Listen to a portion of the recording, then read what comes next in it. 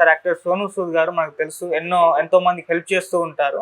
అయితే రీసెంట్‌గా ఒక వీడియో పైన ఆయన చేసిన ట్వీట్ కూడా కాంట్రోవర్సీ క్రియేట్ చేసింది. అంటే ఆ వీడియోలో ఒక ముస్లిం వ్యక్తి రొట్టె తయారు చేస్తున్నప్పుడు ఉమ్మేసి తయారు చేస్తూ ఉంటాడు.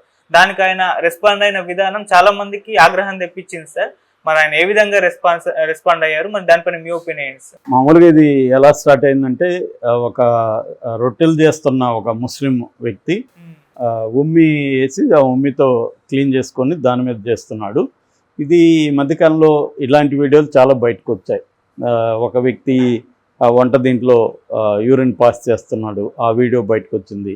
ఇంకొక వ్యక్తి కూరగాయలంతా మురికి నీళ్ళల్లో కడుగుతున్నాడు, ఆ వీడియో బయటకు వచ్చింది. ఇలాగ అనేక వీడియోలు వస్తున్నాయి. ఈ కాంటెక్స్ట్లో రొట్టెలు చేస్తున్న వ్యక్తి ఇంగిలి మూయడం వీడియో మీద ఈయన స్పందించాడు, సోనూ సూద్. స్పందించి ఆయన ఏం చెప్పాడంటే, ఇంగ్లీష్లో పెట్టాడు ఆయన, సోర్ ఫ్రూట్స్ అన్నాడు. అంటే పుల్లగా ఉన్నాయా లేదని రామాయణంలో శబరి కొరికి రాముడికి ఆమె కళ్ళు కనబడదు, కొరికి అది బాగున్నాయా లేదా చూసి బాగున్న పండే పెట్టింది. ఆ ఎంగిలి పళ్ళని రాముడు చాలా ప్రేమగా, ఎందుకంటే శబరి తన భక్తురాలు, భక్తితో ఇచ్చింది కాబట్టి ఆయన ఎంగిలైనా కూడా ఆయన పట్టించుకోకుండా తిన్నాడు అన్న ఒక రామాయణంలో ఉంది కదా. అలాగా మనం హింసను కూడా ద్వేషాన్ని కూడా ప్రేమతో జయిద్దాం. శబరి ఎంగిలి పండు తిన్నప్పుడు మనం తినడానికి ఏముంది, ద్వేషాన్ని కూడా ప్రేమతో జయించాలి అని ఈయన మాట్లాడాడు. దీని మీద తీవ్ర వ్యతిరేకత వస్తుంది జనాలకి. ఎందుకంటే ఎంగిలి మూసి దాన్ని తినమని శబరితో కంపేర్ చేయడం ఏంటి అనేది ఇక్కడ మేజర్ ప్రశ్న. ఒకటి, కొంతమంది ఏమో రామాయణం ఎక్స్పర్ట్లు, రామాయణాలు అనేక ఉన్నాయి, అందులో వాల్మీకి రామాయణాలు ఇది లేదు అనేది కొంతమంది చెప్తున్నారు. అది నిజమే. రామాయణాలు 300 రామాయణాలు ఉన్నాయని ఏకే రామానుజాన్ కూడా బుక్ రాశాడు. దాని మీద బుక్ అంటే పెద్ద ఆర్టికల్ రాశాడు, 300 రామాయణాస్ అని. అలాగే రామాయణాలు చాలా ఉన్నాయి. మన ప్రతి ప్రాంతానికి ఒక రామాయణం ఉంటుంది. కంబరామాయణం, మొల్ల రామాయణం, రామాయణ వృషవృక్షం లాంటి రంగనాయకం లాంటి వాళ్ళు రాశాడు, ప్రేమచంద్ర రామాయణం. ఇలాగా ప్రతి రాష్ట్రాల్లోనూ ప్రతి ప్రాంతంలోనూ వాళ్ళ స్థానికంగా అప్లై చేసుకొని రామాయణాలు రాసిన ఇది ఉంటాయి. సో అందువల్ల రామాయణంలో కూడా అనేక ప్రక్షిప్తాలు అంటారు. ప్రక్షిప్తాలు అంటే ఎడిషన్స్, అవి పాజిటివ్గా ఉంటాయి, నెగిటివ్గా ఉంటాయి కొన్ని. అట్లాగే ఈ శబరి కథ ఒరిజినల్ రామాయణంలో లేదనేది కూడా ఒక వాదన. సరే, ఉందా లేదనేది ఇక్కడ విషయం కాదు. ఇక్కడ విషయం ఏమంటే ఎంగిలి మూసి చేస్తుంటే అది తినాలా లేదనేదే ఇక్కడ కాంటెక్స్ట్. ఆ కాంటెక్స్ట్లో ఈయన జై శ్రీరామ్ అని కూడా ఎండ్ చేశాడు.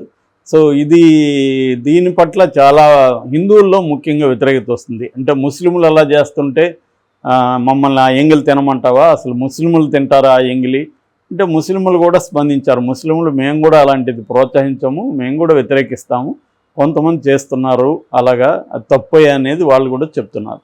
ఇది నిజానికి ముస్లిమా హిందూ అనేది రాంగ్ కాన్సెప్ట్. ఎందుకంటే ఎవరైనా ఇలా చేస్తే వ్యతిరేకించాలి. ఈ మధ్యనే మనం హైదరాబాద్లో చూస్తున్నాం, కర్ణన్ అనుకుంటా ఆయన పేరు, ఈ హెల్త్ డిపార్ట్మెంట్ ఆఫీసరు, ఆయన అనేక హోటళ్ళ మీద దాడులు చేసినప్పుడు చాలా షాకింగ్ విషయాలు, మనం రెగ్యులర్గా తినే మంచి హోటళ్ళు అనుకుని వాటిల్లో కూడా పాచిపోయిన ఫుడ్డు, చికెను, పాచిపోయిన చికెన్ అంతా ఫ్రిడ్జ్లో పెట్టి మళ్ళీ వాటిని వేడి చేసి ఇవ్వడం, తర్వాత బియ్యము, పాచిపోయిన బియ్యం. మన ఇతను సందీప్ కిషన్ హోటల్ మీద కూడా మనం ఒక స్టోరీ చేసాం. వివాహ భోజనం హోటళ్ళ మీద కూడా దాడి జరిగితే ముత్యాలు, పొట్టు ముత్యాలు, అవి ఆ బస్తా అవుట్డేటెడ్ బస్తా ఉంది. అట్లాగే చాలా దొరికాయి వాళ్ళకి, రంగులు దొరుకుతున్నాయి. అట్లాగే కొన్ని స్వీట్ స్టాల్, ఎమరాల్డ్, అది చాలా పాపులర్, ప్రకృతి వ్యవసాయంతో పండించే వాటినే అమ్ముతారు అక్కడ, వాటితోనే స్వీట్లు చేరుస్తారు. అక్కడ కూడా ఇటువంటి కలర్స్ కానీ ఇటువంటి అవుట్డేట్ అయిన ఇది కానీ అవన్నీ ఉన్నాయి అనేది వార్తలు వచ్చాయి. అంటే ఈ స్థాయిలో మన చుట్టూ హైదరాబాదులోనే వీళ్ళంతా హిందువులే కదా, చాలామంది హిందువులే ఉన్నారు. సో ఇక్కడ హిందూ ముస్లిం అనేది కాదు, ఒక ఫుడ్ని వీళ్ళు ఎలా ట్రీట్ చేస్తున్నారు, మనం డైలీ ప్రేమతో వెళ్ళి హోటల్కి వెళ్ళి తింటున్న ఫుడ్ని వీళ్ళు ఎట్లాంటి ఫుడ్ మనకు పెడుతున్నారు అనేది సీరియస్గా వ్యతిరేకించాలి తప్ప, ఇది ఎంగిల్ అయితే ఏమి, శబరి తినింది, శబరి తింటే నాకేంటి, రాముడు తింటే నాకేంటి అనుకుంటాడు కదా. ఒకటి రాముడు తిన్నాడు కాబట్టి నా ఎంగిల్ నువ్వు తినరా అని ఎవడని అంటాడా? సో ఇది రాంగ్. ఆయన ఖచ్చితంగా స్టూపిడ్ ట్వీట్ అది. అందులో మరి అతను ఏదో విశాలత్వాన్ని చాటాలన్నట్టుగా ఆయన ఒక బిల్డప్ ఇచ్చినట్టు కనబడుతుంది. నిజానికి అతను కూడా యూరిన్ పాస్ చేసి తింటాడా, ఆ మురికిలో ఉన్న టమాటోలు తింటాడా? తినలేరు ఎవరైనా. నాకు తెలియకపోతే తింటాం, తెలిసిన తర్వాత ఇప్పుడు చాలామంది ఇవన్నీ బయటకు వచ్చిన తర్వాత ఆ హోటల్కి పోవాలంటే భయపడుతున్నారు. ఎందుకంటే ఈ హోటల్ ఇది మనం తినేది మొన్నటిదేమో అనే ఫీలింగ్ అయితే మనకి వచ్చేస్తుంది. సో ఇది రాకుండా ఉంటే ఓకే, కానీ ఒకసారి అది చూసినాక, ఇప్పుడు ఆ వీడియో ఎంగిల్ మూసి చపాతీలు చేస్తున్న వీడియో చూసినాక అటువంటి డాబాలకు వెళ్ళాలంటే భయం వేస్తుంది ఖచ్చితంగా. అది ముస్లిం అనుకున్నప్పుడు ఇంకెక్కడ ముస్లింలు చేసినా అందరికీ అది, ముస్లింలందరికీ అది వస్తుంది. నిజానికి ముస్లింలు అందరూ అలా చేస్తారు. నిజానికి మనకు బెస్ట్ హోటల్స్ అంతా ఇక్కడ ముస్లిమ్స్. బెస్ట్ బిర్యానీ ఏది ఇప్పటికీ మనకి ముస్లిమ్స్ నడుపుతున్న ప్యారడైజ్ ఇట్లాంటివి. కాకపోతే ఏంటంటే ఫుడ్ చాలా విషయాల్లో, ముఖ్యంగా నాన్ వెజ్లో ముస్లిం ఫుడ్ అనేది బ్రహ్మాండంగా ఉంటుంది. కానీ వాళ్ళల్లో ఎవరు, వాళ్ళందరూ ఎందుకు చేస్తారు ఇలాగా? అందరూ చేస్తే ఇంత సర్వైవ్ కాలేరు. ఎవరో చేసిన దానికి మొత్తం కమ్యూనిటీని అనడం ఫస్ట్ కరెక్ట్ కాదు ఒకటి. రెండవది, ఆ కమ్యూనిటీ వాళ్ళు మాత్రమే ఫుడ్ని ఇలా చేస్తారా? భయంకరంగా కల్తీ ఫుడ్ మనం తింటున్నాం రోజు. అన్ని విషయాల్లో పాల దగ్గర నుంచి ప్రతి ఫుడ్ కల్తీనే. మనకి కల్తీ లేని ఫుడ్డే దొరకడమే వెరీ వెరీ కష్టం. సో అట్లాగే ఈ కూరగాయలు కూడా అంతే. కూరగాయలు కూడా ముస్లిమా హిందూ అనేది లేదు. చాలా ఇప్పుడు పల్లెల్లో కూడా తెలివైపోయి కమర్షియల్ అయిపోయారు.